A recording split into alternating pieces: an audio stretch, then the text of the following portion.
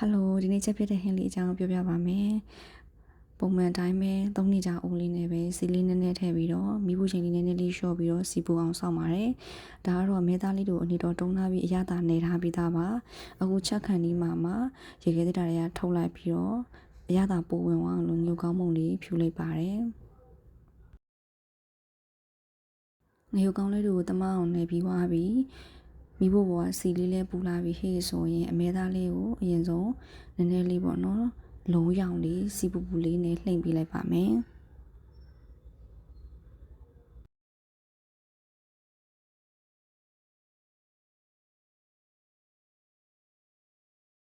ပြီးသွားရင်တော့ရေလေးအင်းတော်လေးထည့်ပြီးပြုတ်ထားလိုက်ပါမယ်ရန်ကုန်မှာဟင်းချက်တဲ့အခါကျရင်အမဲသားအောင်လေးမချက်ခင်မှာနူးတာတေးချအောင်လို့အရင်ဆုံးပြုတ်ပြီးမှပဲချက်ပါတယ်များသောအားဖြင့်အမဲသားတွေကမနူးတတ်လို့ပါပြီးသွားရင်တော့ပြုတ်ထားပြီးသားရေခမ်းသွားတဲ့အမဲသားလေးတွေကိုထပ်ပြီးတော့ပပလေးလှီထားရတယ်။ပြီးသွားရင်ခန်းချင်းသီးလေးရဲ့ကျက်သွန်နီဘလက်လေးရဲ့ချင်းလေးရဲ့ငုတ်သီးစိမ့်လေးရဲ့အစင်သင်းလုပ်ထားရပေါ့နော်။ငုတ်သီးစိမ့်အတောင်ကျတော့အဆက်လေးနည်းနည်းဝင်အောင်လို့ဘေးမှာနည်းနည်းလေးအရာလေးတွေမှုန်းထားလိုက်ပါတယ်။စီနဲ့နည်းနည်းလေးထည့်ပြီးပူလာပြီးဟေးဆိုရင်အဲဒီကျက်သွန်ပြူကျက်သွန်နီထောင်းထားတာလေးကိုစီတက်လိုက်ပါတယ်။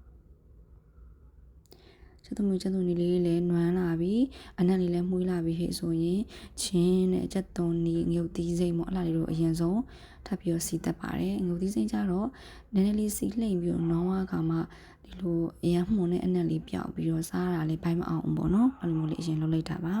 ပြီးတော့ရင်ခန်းချင်းသီးလေးပါထည့်ပြီးတော့စီထပ်တက်လိုက်ပါမယ်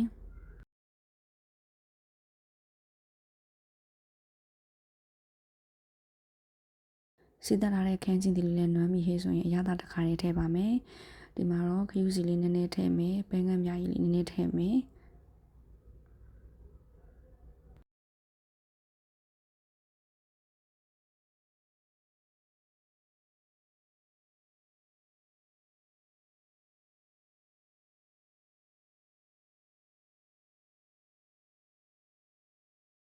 ပြီးသွားရင်တော့တခါတည်းဒီနေရာမှာပေါ့နော်စားလေးလေးနည်းနည်းလေးထည့်လိုက်မယ်ဒီမှာခရူးစီနဲ့ပဲငန်းများကြီးသုံးတဲ့အတွက်ကြောင့်မလို့အရသာပါပြီးသားမို့လို့စားနဲ့ဒီငါအသားမှုန်ကိုလည်းလျှော့ပြီးထည့်ထားပါတယ်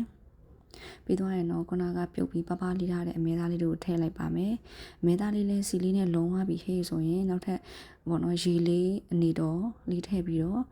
ရေပူပွက်ဆူပြီးတော့စီချမ်းရေချမ်းလေးဖြစ်တဲ့အထိတည်ထားလိုက်ပါမယ်ပြီးသွားရင်တော့ရေလေးခမ်းသွားရင်တော့စားလို့ရတဲ့အနေအထားရောက်ပါပြီ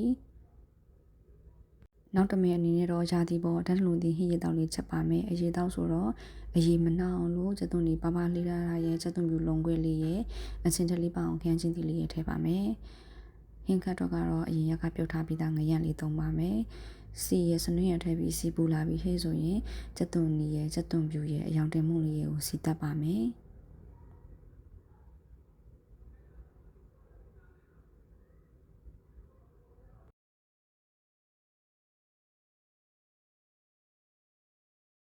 ချက်သွန်ဖြူနီစီတက်ထားတာအနံ့လေးမှုေးလာပြီးဟဲ့ဆိုရင်ခန်းချင်းဒီလေးထည့်ပြီးစီထပ်တက်လိုက်ပါမယ်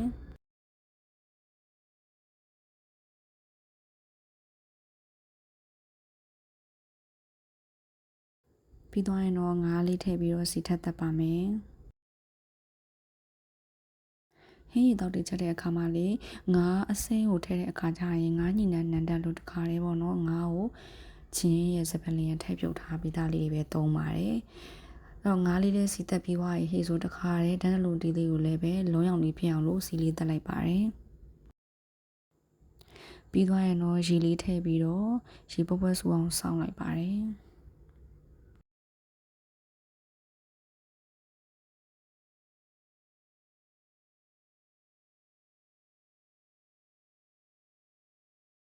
ရေလေးပွက်ပွက်ဆူပြီးဟေးဆိုရင်အရသာအပေါ်ငံကိုတခါတည်းထည့်ထားလိုက်ပါတယ်